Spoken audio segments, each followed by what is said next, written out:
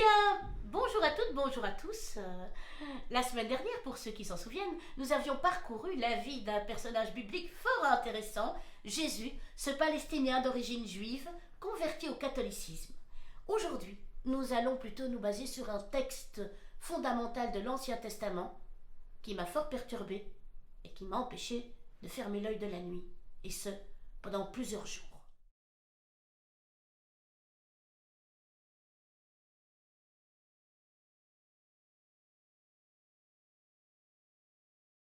En effet, j'avais parcouru quelques pages de l'Ancien Testament, comme je fais toujours pour mieux m'endormir, et je suis tombée sur un texte fort perturbant, Sodome et Gomorrhe. Qui connaît la terrible et tragique histoire de Sodome et Gomorrhe? Mais oui, vous avez raison, tout à fait raison, moi j'y pense aussi. Sodomie vient bien de Sodome, parce que les gens faisaient des choses affreuses tout le temps, il y a plusieurs, dans tous les coins et par derrière, des choses si affreuses que nous ne pouvons les décrire ici, mais donc certaines personnes, sans doute mieux équipées, pourront voir certaines images à certaines heures de la nuit sur Canal+, ou AB4 ou AB3, enfin, une de ces chaînes-là. Et comme à Sodome et Gomorrhe, les gens faisaient des choses tout à fait inqualifiables, Dieu décida de leur envoyer 2 anges gardiens afin de les prévenir de leurs péchés. Oui, tout à fait, comme dans Joséphine ange gardien, mais en plus grand. C'est ainsi que Sodome reçut la visite des 2 anges qui frappirent à toutes les portes. Toc, toc, toc, toc, toc, toc, toc, toc, toc. Chez Joséphine, mais personne ne leur ouvrit la porte, sauf Lot, sa femme, et ses 2 filles, parce qu'ils avaient le sens de l'hospitalité. Retenez bien ça parce que c'est ce qui va les sauver.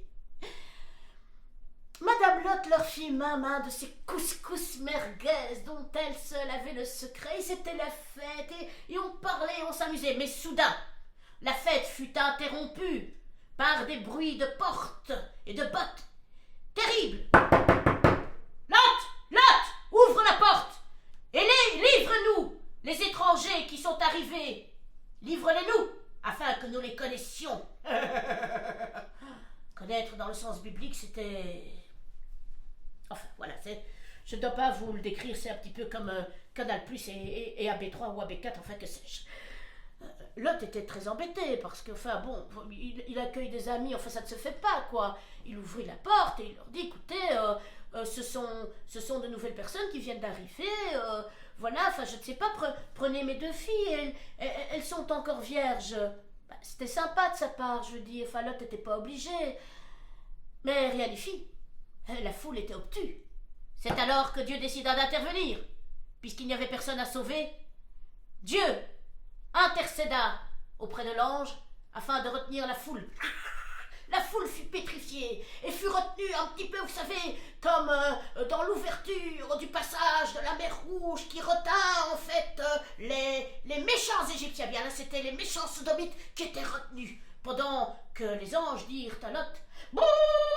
Fuyez, braves gens, fuyez, car Dieu est arrivé, et il est très fâché, et il va tout casser. Et l'autre dit: et surtout ne te retourne pas de ton char, Lot. Sans ça, la main de Dieu, vous verrez, et en statue de sel, vous serez transformés. L'ange riait parce qu'il connaissait la suite, puisqu'en réalité, tout est écrit, quoi. Enfin, je veux dire, tout est écrit, même la séquence que vous regardez, enfin, tout est fait, tout est écrit, quoi, voilà, enfin, tout ça a été prévu. Enfin, ils s'enfurent. Monsieur Lot attela le char avec l'âne. L'âne qui s'appelait Hector. Vas-y, Hector. Les 2 filles se serrèrent près de leur père, qui était leur héros. Et Madame Lot, malheureusement qui souffrait d'un très vilain défaut, se retournut et fut immédiatement transformée en statue de sel à tout jamais. C'est tragique. Le soir même, Lot et ses 2 filles firent une grande fête, sans doute pour remercier Dieu de les avoir épargnés, peut-être aussi un petit peu pour oublier qu'il avait tout de même transformé Madame Lot en grande salière. Et le soir même, ils burent du vin. Et ils burent, et ils burent, et ils burent, oui, comme des moines. Et le soir même, Monsieur Lot coucha avec ses propres filles. Oui, ses propres filles. Lot n'y était pour rien, d'ailleurs il ne se souvenait de rien, il avait trop bu, ce sont ses filles qui l'ont poussé à cela. Et soulignons d'ailleurs le caractère quelquefois négatif de la femme, enfin le rôle souvent oui, pervers que la femme joue dans la Bible. Cela avait commencé avec Ève, il y a eu Jézabel, il y a eu plusieurs femmes quand même assez négatives qui ont vraiment détourné l'homme de son droit chemin. C'est peut-être un sujet que nous aborderons qui est très vaste, et il est peut-être intéressant que peut-être la femme se pose certaines questions sur ce rôle négatif et sur peut-être... enfin voilà, on va pas aller trop loin. Mais moi, ce qui m'a surtout le plus frappé, ce qui m'est immédiatement venu à l'esprit, je me suis dit, comment est-ce possible que Lot, qui est un homme guidé par Dieu, un homme intelligent, un homme éclairé, comment cet homme a-t-il pu boire tellement d'alcool alors qu'il conduisait un char? On connaît bien les méfaits de l'alcool au volant. Mais comment a-t-il pu prendre cette décision? N'avait-il pas la responsabilité de sa famille?